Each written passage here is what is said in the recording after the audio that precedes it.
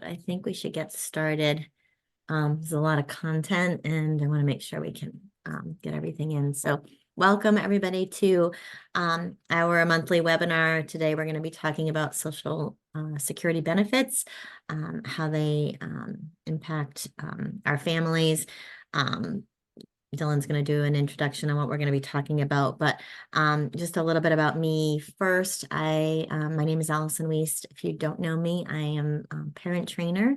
I work alongside Dylan, creating and presenting family-friendly trainings.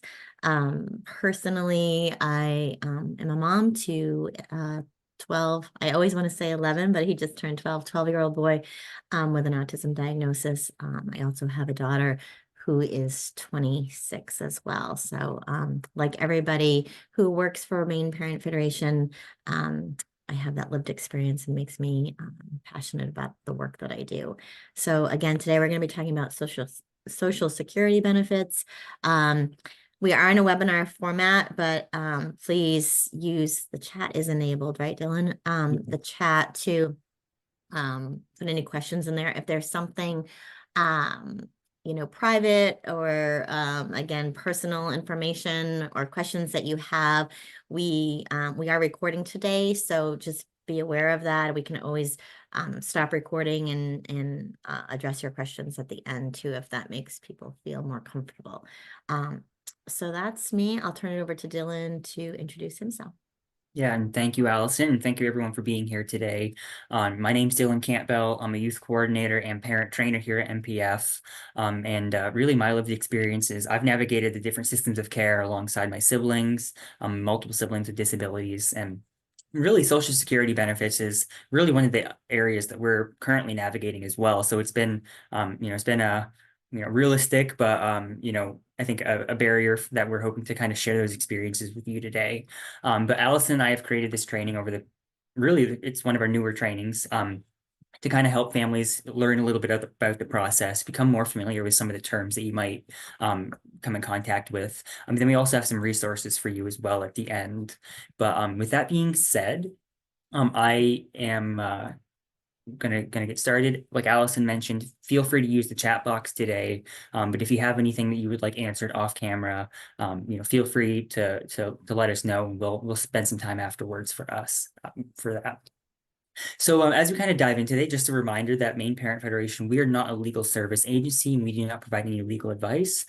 So really think of this information that we're providing today as general information for you to learn about the process here. But really kind of breaking up the day a little bit. We're first going to dive into Social Security benefits. We're going to talk about what that is, and then we're going to talk about the differences between SSDI and SSI. Oftentimes, I think there's a little bit of confusion there, but they're completely different systems, and we'll try to clarify that for folks.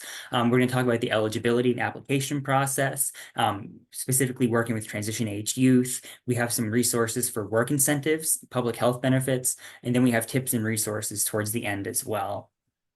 So really, from the bird's eye view, the big picture here, when looking at the Social Security Administration, really, Social Security Administration is the federal office that really provides financial protection, retirement, disability, and survivor benefits. So really, we're talking about the Social Security system as a whole, and it's one of the most successful anti-poverty programs, really in our nation's history. And for many families, it provides income to assist paying for housing, food, and transportation. And I think oftentimes for many families as well, that can be their only source of income.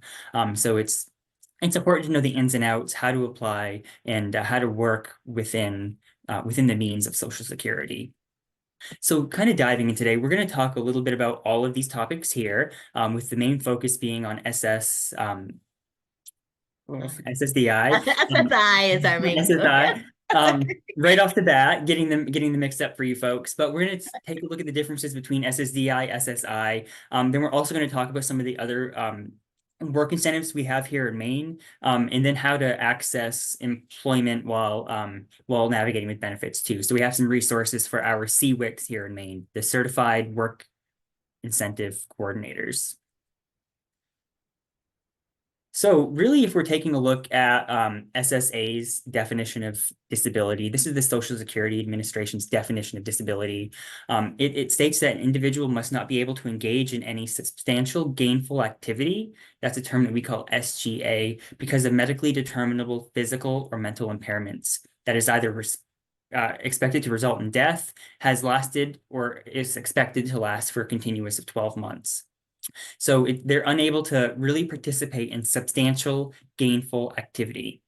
And then for individuals that are under the age of 18, this is the definition that we work a lot with our young people accessing different services. But using the SSA's definition for under 18, that is an individual that may be considered disabled if they have a medically determinable physical or mental impairment, including an emotional or learning problem that results in severe learning limitations, can be expected or result in death, or has continued or is expected to continue for more than 12 months.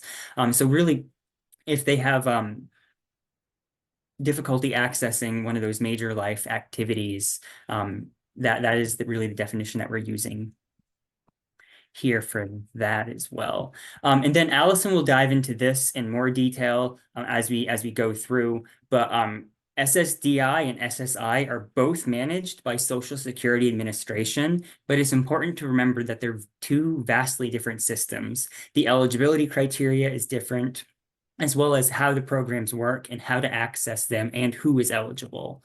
So like I said, Allison will dive into that, but recognizing that they're both under the Social Security Administration, but they're two vastly different programs. In SSDI, Social Security Disability Insurance, again, that's managed by Social Security Administration. This is the one that we tend to focus less on in these conversations. This is for individuals who have had a history of working and they've contributed what we call work credits. So these work credits, an individual receives a certain amount of work credits for a certain amount of time worked. And this allows them to basically draw from this as well. And I will hand it over to Allison to get into the details of eligibility. Thanks, Dylan. I did write in the chat too. I know Kelly had asked about the slides, and we do have this presentation on the website. However, this morning I made updates to the income guidelines and things like that, or the new limits for 2024. So we will share the this latest version with the updated information that I put in there. So just so you know. So again, it's important to understand the difference between SSDI and SSI. For a lot of the families that we talk to and we work with, many times we're talking about SSI. But again, I think it can be confusing because SSDI is Social Security disability. So it has the disability component in there. So again, just understanding the difference is important. So I'll talk a little bit about SSDI and then we'll dive into SSI, which we'll spend some more time on. So again, as Dylan was mentioning, SSDI is for individuals who have a work history. They've contributed to the Social Security system. And so they've earned worked credits. And then they must meet that definition of disability that Dylan shared. And so they're no longer able to work. And then that's how they become eligible for SSDI. So again, there's eligibility criteria, there's earning rules, and they are entitled to Medicare after 2 years of receiving payment. So again, these people are people who have worked in the system, they've earned credits, and then they can collect or receive the SSDI benefit from those work credits that they received. And the amount that they received is based upon how many work credits they have. So important to know, SSDI is an all or nothing benefit. So either an individual is eligible and they receive it or they don't. Again, I updated this. So when we talked earlier about SGA or substantial gainful activity, they're no longer able to work and engage in that substantial gainful activity. The new monthly amount as defined by SSA is $15.50 a month. So if they're no longer able to engage in that substantial gainful activity and they're disabled, then they would qualify for SSDI. There are some exceptions as well. And we're not going to dive too deep into these, but for an individual who has that returns to work, they can work for 9 months in a trial work period with no effect to their benefits. So they've been receiving benefits and then they are able to go back to work. They are put into a trial work period. And so they're able to work for 9 months without any impact to their benefits.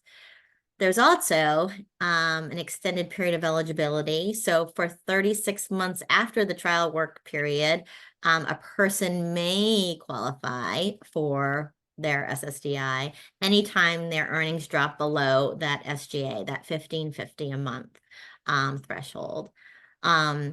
So again, all of these things are a little bit fluid, even though the benefit is an all or nothing. If again, somebody, an individual has these sort of exceptions or exclusions or whatever, where they can still potentially receive some of their SSDI benefit while they sort of get back into working, if their income is below that $15.50 a month. There's also a subsidiary provision as well, and I think we go into that in the next slide, but it basically, again, it supports people who are working, and it actually puts a value on the services that they provide. So if an individual needs extra hours of supervision, or they need like a coach or a mentor or reduced workload, that actually there's value placed on that. And so that can reduce the amount that they're earning, and they're able to maintain their or continue their benefits, able to receive their SSDI benefits. And also important to note, whoops, sorry, Dylan, that their earnings are reported monthly. And again, we're going to talk about rep pay a little bit later on. But again, really important to know that with these benefits for Social Security, that there are reporting guidelines. And so you have to be reporting to Social Security your earnings so that they're able to, to manage that and decide whether you're still eligible or not. Here is an example of a subsidiary provision. So in this scenario, she's receiving SSDI. She works at the grocery store alongside a coworker who does not have a disability. So Jane and John are paid the same hourly rate, but Jane is only expected to unpack 8 boxes while John is expected to unpack 10. So she's doing, again, all these, just to make it confusing, but Jane is doing 80% of what John is doing. However, she's receiving the same wage as him. So her employee subsidizes 20% of her employment by allowing her to have this reduced workload. So if Jane was paid $1,000 that month, because of the subsidiary SSA, Social Security would only count 80% of those earnings, or $800. So again, it reduces her earnings monthly so she can continue to receive her SSDI benefit, if that makes sense. So that's SSDI. If there are, I'm not managing the chat box, but I'm sure Dylan is taking a look at it. But if there are questions about that, we can address them at the end, or Dylan can let me know. So now we're going to switch gears and talk about SSI, which again, I feel like we talked to many more families about SSI. So let's dive into that and the difference. So SSI is supplemental security income. Again, administered by Social Security Administration, but a very different program.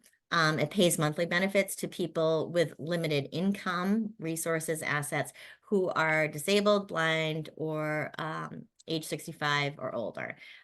So blind or disabled children may also receive SSI. We talked to a lot of families, and it does provide monthly payments for things like food, clothing, and shelter. In most states, including Maine, SSI recipients also can receive Medicaid. if somebody is eligible for SSI, they're automatically eligible for main care. However, there is an application that has to happen. It's not like, oh, okay, I'm receiving an SSI benefit, so I'm just automatically receiving main care. They are eligible, but they do have to go through the application process. And then in some states as well, including Maine, SSI recipients are also eligible for SNAP and TANF. So some of those other assistance programs. And then SSI benefits are paid the first of the month. And again, they're dependent on living arrangement and that countable income. So an individual, their resources can't be more than $2,000. For a couple, it's $3,000. So again, it's really made for families or individuals with limited resources and income. Next slide, Dylan. So eligibility, again, I mentioned limited income and resources. And again, that includes things like not only your wages, but bank accounts, pensions, and things like that. It's not based upon work credits like SSDI is. It is available to those who are 65 or over, blind or otherwise disabled. And again, you must meet that definition that Dylan shared at the beginning. It's a set monthly payment with an annual cost of living adjustment. Again, makes individuals eligible for main care. And then again, if there's a return to work, benefits can continue, but they may be reduced because of earnings. And we'll show sort of what that looks like. We have some scenarios later on, and we will show you what that looks like. Sorry, I was answering the chat. I think I That's have okay, Dylan. answered. I know there's a lot. I'll have you review it towards the end there, Allison. If Okay, sounds good. I know this training, there's a lot of information. I know people have a lot of questions, and again, we'll do our best to keep track of it, but just know that if we can't get to it because we're trying to cover a lot of information, we will at the end. So SSI eligibility for children. So for children under the age of 18, they can receive SSI, again, meeting that definition of disability, but the household income, so their parents' income and resources, has to be under that that limit that I mentioned, the 2,000 or 3,000. And again, Dylan mentioned the definition of disability for young people. The state agency will make a disability decision. They review the information, and we're going to talk about this too. We're going to talk about the application process, the documentation that's needed. Again, it can be quite a process for families to, to go through the process and be determined eligible. But we are going to talk about that. And then again, it's a benefit that really, again, for a lot of families who have limited resources, it really can be a benefit and help pay for their food, shelter, clothing, and transportation.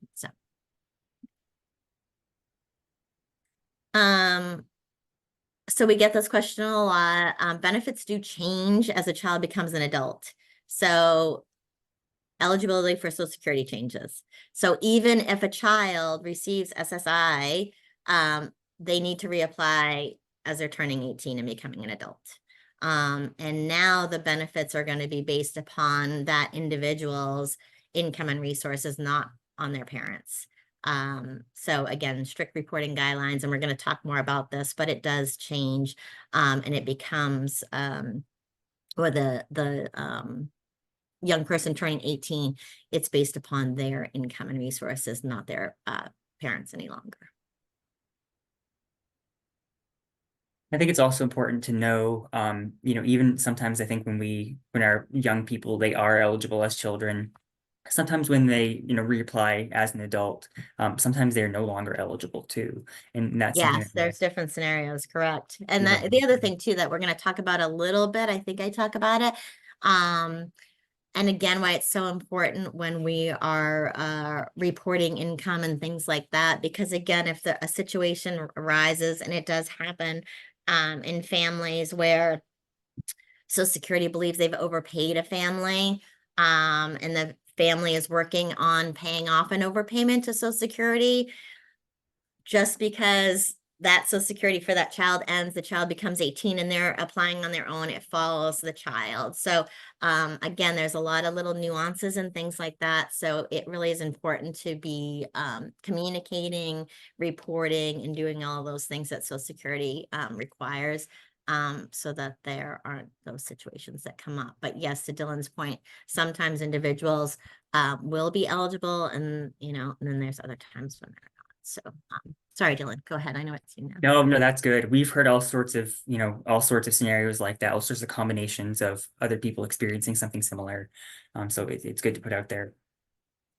So backtracking a little bit, thinking about Social Security SSI for children, there's really two things that we're thinking of at this first step here. And we're talking about the family completing the child disability report and completing application for SSI. So the first part there, the child disability report, this can be done online. There's what they call a child disability starter kit that answers really all the common questions. I think we have links for everything here at the end too. But it includes a worksheet that helps gather the information you need, talks about the process a little bit, and also contains some of the releases that families might need to provide to physicians and professionals to really talk about the individual's case. So first part is really completing this child disability report.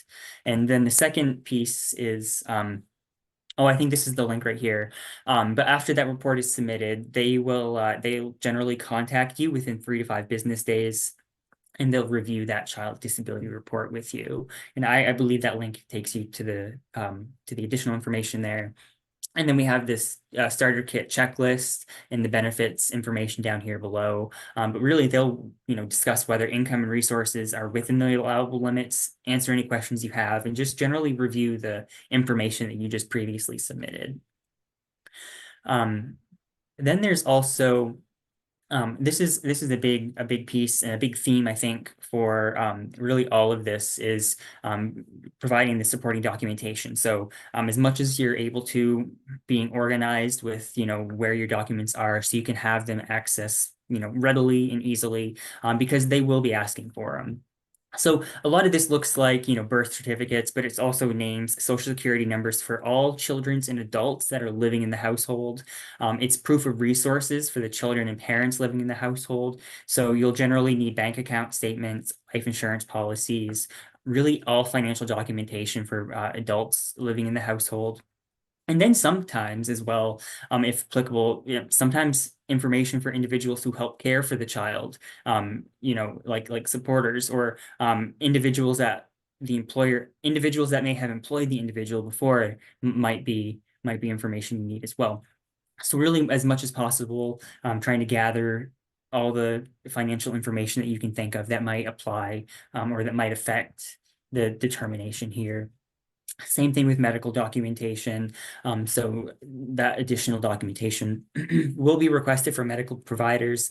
And again, that looks like information, name, address, contact information, phone numbers of doctors, therapists, and then generally really, gathering all the medical records that you've had up to this date, information on medication the child is taking, and really whatever is really out there for your young person, whether that is therapists or doctors' visits, making sure that you have the information in a ready format for your families. Same thing with schools, thinking about how you can gather that documentation, but that includes, contact information for, different teachers, psychologists, other schools that the child might have attended, as well as information about their individualized family service plan. So if they were accessing services through CDS in early intervention, they'd be looking for that information too. If they're a little bit older, they'd be looking for the IEP, special education service information, and in any other school records that they may have, but also social workers, and then additionally, again, any employers that the child may have had. So really, they're comprehensive and they're looking at all these different areas. And I think just to stress again, if able to, beforehand, making sure that we build the skills to be able to organize these documents so that when they are asked for it, we don't delay the process by not having them. Anything to add about those documentation pieces, Allison? No, I was just gonna say, like, again, I think the bottom line being that, like, it's a comprehensive process. It's a timely process. It takes time. Social Security Administration is going to ask for everything. Again, when it comes to SSI, they're thinking about income and resources. So anything that has to do with the family living condition, the income, the resources, all of that. In divorced families, child support, things like that. And then again, when we're thinking about the definition of disability, then they're going to want documentation, medical documentation, or again, school-based, therapeutic, all of those things. Again, we're trying to show that the individual that we're, you know, seeking benefits for, that they are deemed disabled under Social Security's definition. So again, a lot of paperwork is required and necessary. And again, I know that it's overwhelming. And this is just, again, like, I wanted to say this earlier. We don't work for Social Security and every situation is different. So it's really important. We can give you some information and tips and tricks and things about like what they're going to be asking for. But the bottom line is that you're going to, need to be in contact with Social Security, making sure that they have your best contact information, because again, there's so many timelines and deadlines. And if you don't get in touch with them, then that can, again, put the person that you're trying to get support for or benefits for, that again, that can just really change everything. So again, just being really mindful about timeframes and contact information is really important when you're trying to again, go through the application process. Sorry, got tongue-tied there for a minute. So, notice of decision. So a letter will be sent from Social Security. Again, I already mentioned it can be lengthy, months, to receive a decision. And again, it's important, as I mentioned, to keep your address, your phone number, your email, whatever it is, however you're communicating with them, up to date so that they can get a hold of you. And from what we have heard, again, we don't work for Social Security, but what we have heard is that a lot of times families are denied initially. And that can be, again, for families, like they think that that's the end of the line.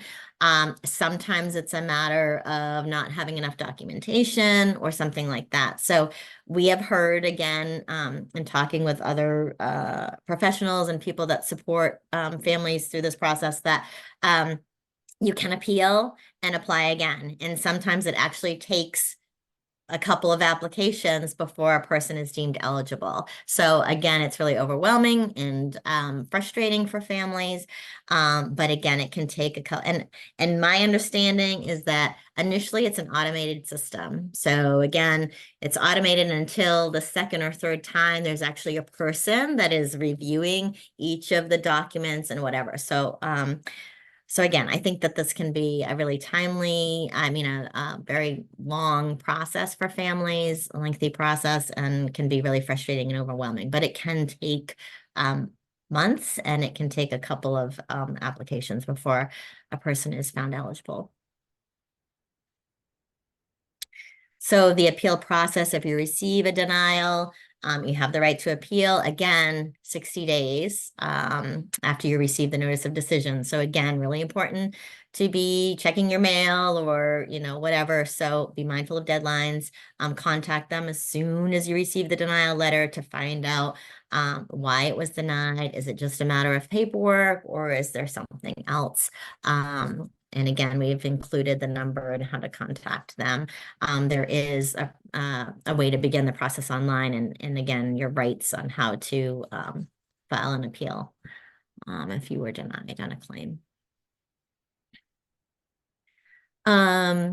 So the application process for an adult or a child turning 18 years of age. So again, similar to just any adult starting an eligibility request, is requesting an appointment online or by phone, starting to complete that disability starter kit.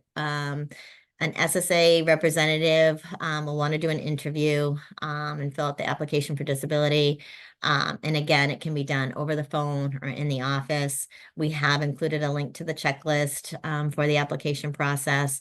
Again, just a tip to start it, online, making sure, again, I think as you're starting these things, if you're starting this process and applying online, is to already have an idea of what they're going to be asking for and the documentation that you need so that you're not, you didn't start the application and you're scrambling to try to find the documentation. So again, just having the checklist ahead of time, knowing what you need and having that readily available. Here's a documentation checklist. Again, it's not a comprehensive list. It's just some things that might be requested. And again, all of this information can be found on the Social Security website, more detailed information, but these are some of the potential documentation that will be needed. I'm not going to go over it. Thanks, Dylan. So when we think about a young person entering into adulthood, important to know that guardianship is not required to apply for Social Security, but a representative payee is. So that is the person that is going to be appointed to manage the Social Security benefits, the person who's responsible for reporting. It can be whoever the guardian is, but it doesn't have to be. So it's whoever is, again, appointed and is able to manage those finances. So it might be a parent or it might be somebody else. It potentially could be the individual. But again, important to know that a rep payee is the person that's appointed to manage, and it doesn't necessarily have to be the guardian. So in Maine, the person, individual turns 18, they've reached the age majority, means they're legally an adult. And again, in the eyes of Social Security, they're able to make their own decisions. So, or manage their disability benefits. So again, having appointed rep pay is important. Oh, I was trying to answer the question in the That's chat okay. box here. But I think I can. Do you want me to answer the question or do this? I don't care. Can you do this slide actually? Yes, of I'll course. just, So common questions that families have, again, many families worry that a person, an individual who becomes 18, that they're gonna, how can they work? How can they work and still receive their Social Security benefits? Again,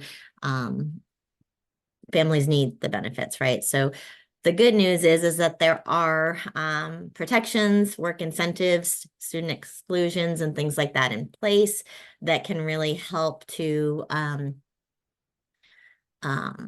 again, lower income, so that earned income, so that they're able to maintain at least some of their benefit. And we're going to talk about those.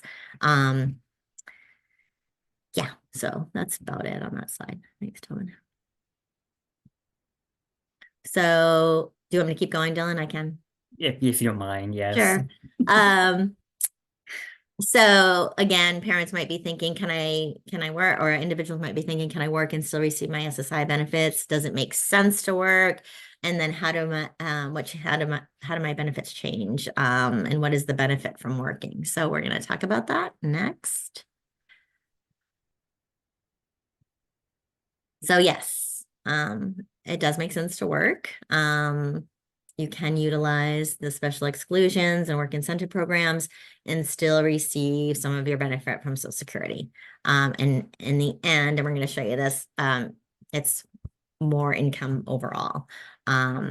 So work incentives really help to reduce your earned income and maintain your benefits. As I mentioned, earnings are reported, and then Social Security will track eligibility and the work incentives that are used. Reporting guidelines, I talked about this a little bit already. So if an individual is working and receiving SSI, those earnings need to be reported. That includes increases, decreases in income, changes in job, loss of work, all of that kind of information, changes in the household. It's important to keep pay stubs, tax documents, receipts, things like that. You got to have it's important to have a beneficiary or a rep paid to report the income. And again, just sort of we laid out what the definition of a rep payee is.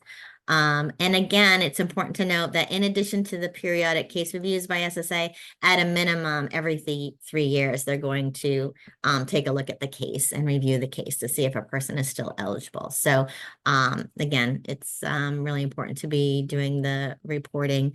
And I kind of mentioned this already, that if families find themselves in an overpayment situation, and sometimes that can happen, and it's not all that uncommon, that Social Security will work with families to create a payment plan that works for them.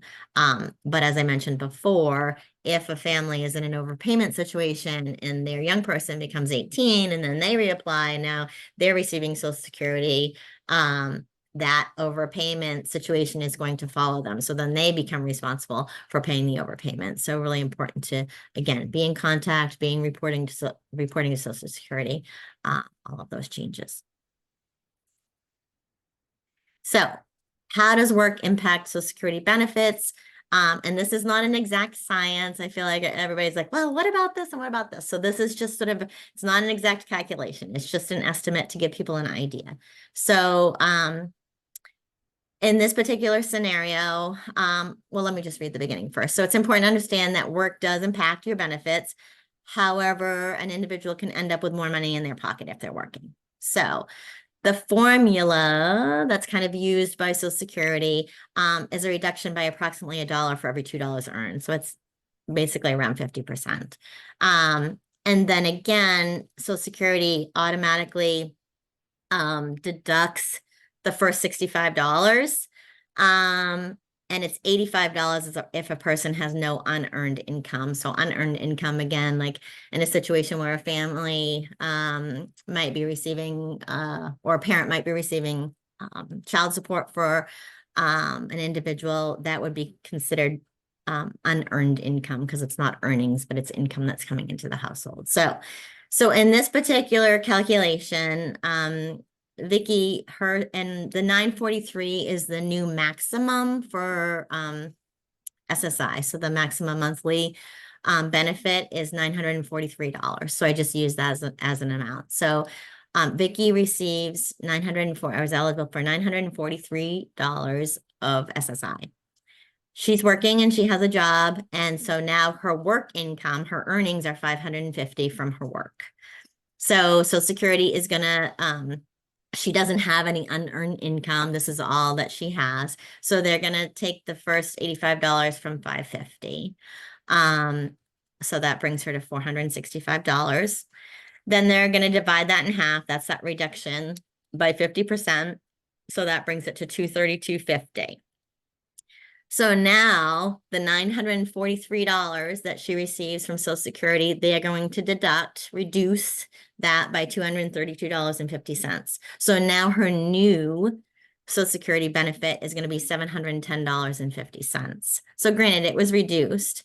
However, her take home, what she has in her pocket or in her bank account, will be the $710.50 that she receives from SSI, and then the $550 that she earns from her job.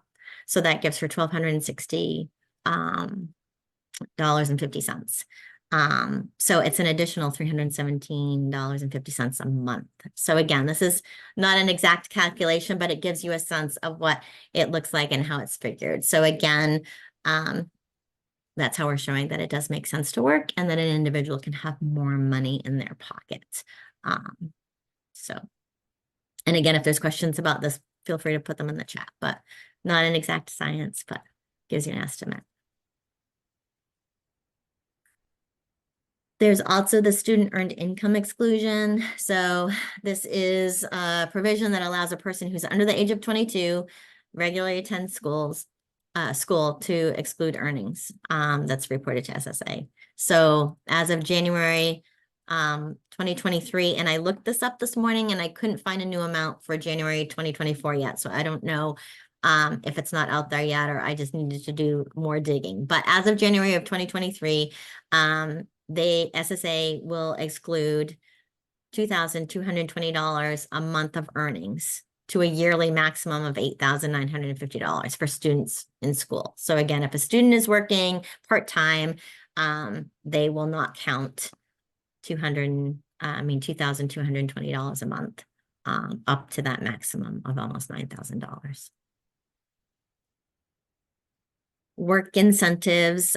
So again, I sort of touched on this a little bit earlier, and we're going to dive into each of these separately, but there are work incentives. And basically what they do is they help to reduce countable earnings to help protect the benefit. So again, it reduces, what the earnings look like to Social Security, and then that helps to maintain the benefit. There is I found it this morning. Social Security has a new online guide. It's called the Red Book, and it's a guide to work incentives and employment exclusions and things like that. So that's a really good resource. It's a lot of pages, but that's a resource for families. But some of the work incentives that we're going to talk about is the PASS plan, or the plan to achieve self-support, IRWE, which is impairment related work expense, and maybe, which is the blind work expense. And then I have ABLE accounts down here. It's not technically a work incentive, but it's an additional resource for working individuals. So I wanted to make sure that we talk about that.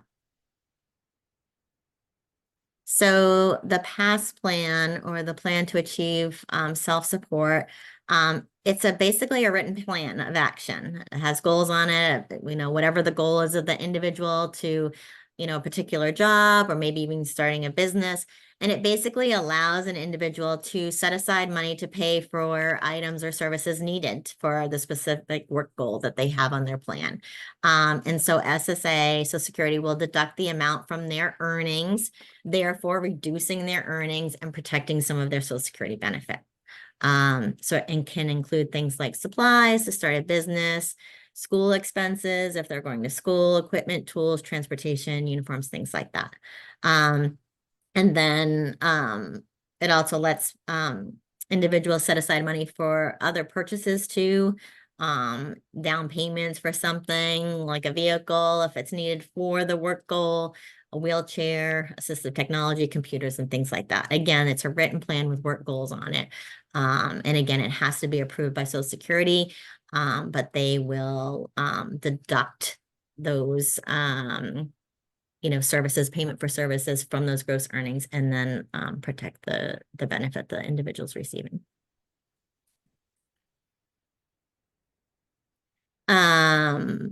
And then the IRWE and the BWE work expenses, similar in that Social Security deducts a certain amount of, again, related items and services that are needed for a particular job. And again, it's deducted from those gross earnings, or the reported earnings, and again, helps them to maintain their benefits. Again, things like medical devices, dependent care, service animals, co-pays for prescription drugs, visuals, aids, sensory aids, things like that. So again, related expenses and services that are being deducted from that, from the reportable earnings, again, to lower their income so that they can maintain their SSI benefit.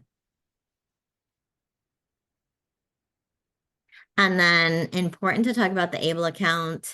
It's been around for a while, but more new to Maine actually has Bangor Savings is the bank that is managing ABLE accounts, or providing ABLE accounts to individuals in Maine.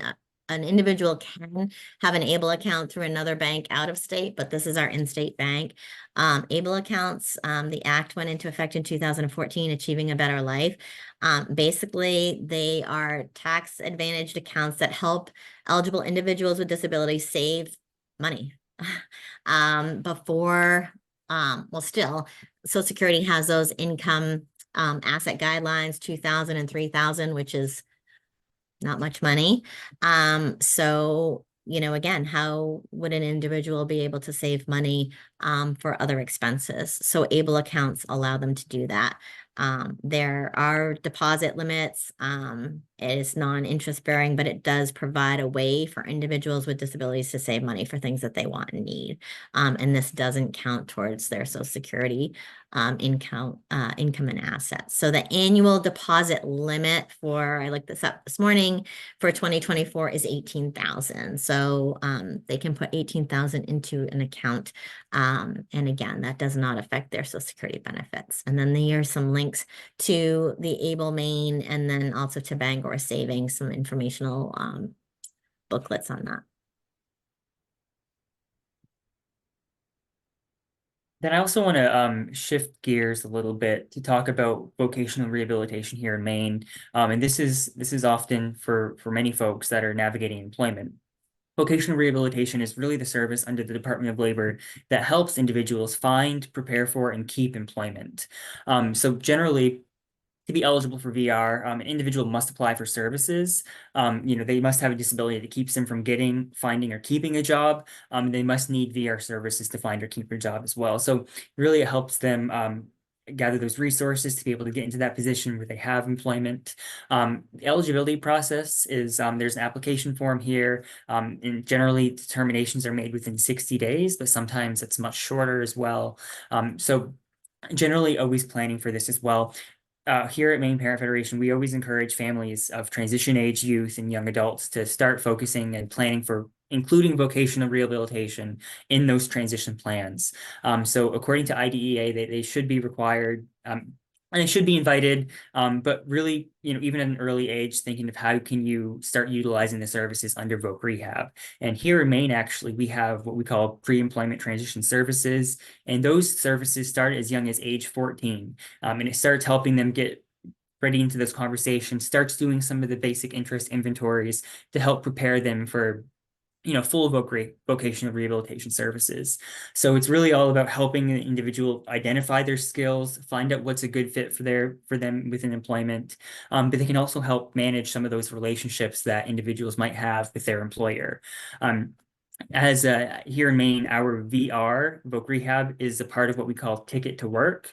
And Ticket to Work is it's a program under SSA that really helps others get training and other services to be able to go to work.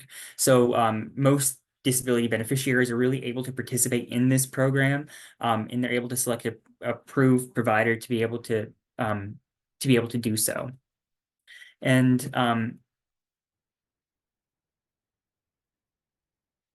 It's me again. something else. It's you again. I was Okay. lost, but You're good. Thank you. So again, as Dylan mentioned, Voc Rehab is an important program and service for individuals to find and keep employment. And again, I think he mentioned that for young people, there is a Voc Rehab counselor that is assigned to every school district in the state. So again, it's important for young people to get connected to Voc Rehab again and start those services early on. So thanks, Dylan, for sharing that. Community Work Incentive Coordinators, or CWICs, is the acronym that's used. It's through Maine Medical Center, and basically they are counseling services that help people who are receiving SSI and want to work. So they help you. They will not help individuals apply for SSI. That's not part of their scope of work, but they are really experts in the rules that apply when you are working and receiving your SSI benefits. So really how to manage that, what makes sense for each, because each situation and each family is different, and goals are different. And so again, they will really work with you to determine what makes the most sense. So, and again, in order to receive their services, you have to already be receiving SSI or SSDI, and then they will work with you. But they don't help families apply for it, but they will work with families who are receiving it and are trying to manage the benefit along with working a job. So just briefly, not going to go deep into this, but there are other benefits under SSA. There are, there's retirement benefits too, but just again, briefly to talk about, there's DAC, disabled adult child. So this is paid to a person, 18-year-old, 18 or older, who became disabled before the age of 22, does not have substantial income, and has a parent who receive SSDI. Um, or or the retirement plan, and is deceased and was entitled to SSDI or SSR. So again, it's another benefit that some individuals might be receiving. Prior, it was called the childhood. Some people may know it as a childhood disability benefit, but it's also called the disabled adult child benefit. So again, it's receiving the benefit sort of based upon their parents' eligibility. And then the disabled widow or widower benefit is paid to a widow or widower ages 50 or older who is disabled under Social Security, who had been married at least 10 years, and whose late spouse had earned enough work credits, and they are now receiving their own retirement benefit. So again, it's eligibility based upon either a spouse or a parent's eligibility for benefits. And again, we're not going to go too deep into this, but just other benefits under Social Security that some families are receiving. And if you go to the Social Security website, you can find out more information about each of those. So again, in some circumstances, an individual may collect and this gets confusing, may collect SSDI and SSI at the same time. It's called receiving concurrent benefits. And it happens if they are approved for SSDI, so they've worked and they have work incomes, but their monthly benefit amount is very small. So they haven't worked a lot. They don't have a lot of work credits. They don't have a lot to, much of a benefit. So then they may also qualify for SSI because their benefit is so low. And again, it's really complicated and confusing, and so I'm not going to talk too much about it. But you can speak to Social Security if there's a situation like that. But basically, it's an individual who hasn't worked very long, doesn't have a lot of work credits, and so their SSDI benefit is really small, and then they may be receiving SSI as well because their income and asset amount is so small. So that makes sense.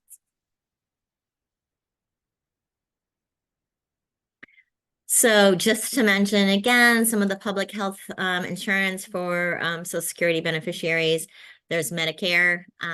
So that's federal health insurance for people over 65 receiving SSDI, DAC, or DWB.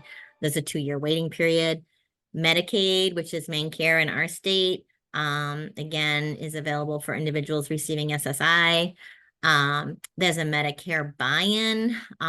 It's a benefit where DHHS helps pay a person's Medicare B premiums.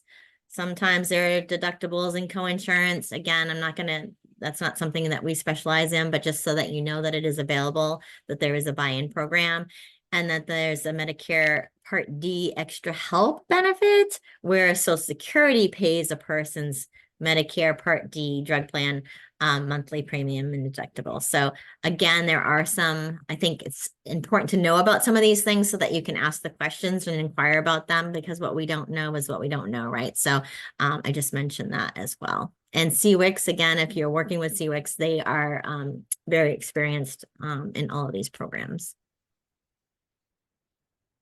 So, oh, sorry, is it you now? no, it's You got good. it. So we're just wrapping up here anyways. So I'll take this, Allison. You spoke so much today, so thank you for that. We're just kind of wrapping up some of the main topics that we've really talked about today. First one being documentation is vital. So really providing as much documentation to be able to support your request as possible. So, if possible, having those skills. We recommend keeping an organized file or binder of documents and then other correspondence that's been received. So just keeping a log of what the conversations are happening. Maybe also keeping a journal to document, health conditions, the different medications that are being prescribed, just other best practices to kind of have that information ready. You may be denied the first time you reply, but understanding that you can appeal and apply again. I think oftentimes that can be a barrier for many people. So just knowing that that is an option that you're able to pursue, recognizing that everyone's situation is different. And it's also important to consider really what is your situation. So many of the situations that Allison just mentioned towards the end, those are very specific. So really having that conversation with the Social Security representative to make sure and to ask if you're able to qualify. So really just covering all your bases there, because there are some really niche and specific areas and situations that a person might find themselves in. And then also reaching out for help if you don't understand or if you need support. So keeping in mind, NPF is always here to be able to help facilitate those connections, help find somebody that may be able to answer your questions as well. We have different offices all throughout the state, local SSA offices. We also have Disability Rights Maine, who is a great resource. And then if any of you do have Social Security already, you can access the CWICs, those Certified Work Incentive Coordinators under Maine Health. So those are some resources for you. But of course, feel free to stay connected to NPF in any way, whether that's our webinars, reaching out to Allison and I, being connected with our parent information specialists. We're always looking forward to that too. These are quickly some of our SSA office locations. So the Social Security offices around the state, just a couple of there from, Northern Maine all the way to Southern Maine. And then as a reminder, we also have our Family Support Navigators program. This is how my family first got involved a long time ago now. This is how Allison got involved with NPF originally. But these are our parents that they've navigated the systems, raised their own kiddos, and we've trained them on our trainings, and we partner them with other families throughout the state. So it's a great free resource for families to really have that support, that support person. Again, not legal advice and not legal representation, but they can be that great person that has an understanding of your situation. So as always, feel free to stay connected. I'm unable to save the chat. Can you enable this feature? I can try that. I don't know if I can do that, but I can attempt it. We will have this recorded, and I'll try to have it posted by the end of the week next week. I'll also have these updated slides, hopefully in that same link that I send out. So we'll have all that for you as well. And if you do have any questions, I'm going to drop both of our emails in the chat box right here. Mary said, your organization does a wonderful job for families. Thank you. So thank you, Mary, for saying that. We try hard to make it understandable, especially in these confusing systems and trying to navigate through all this. So we appreciate you recognizing our efforts.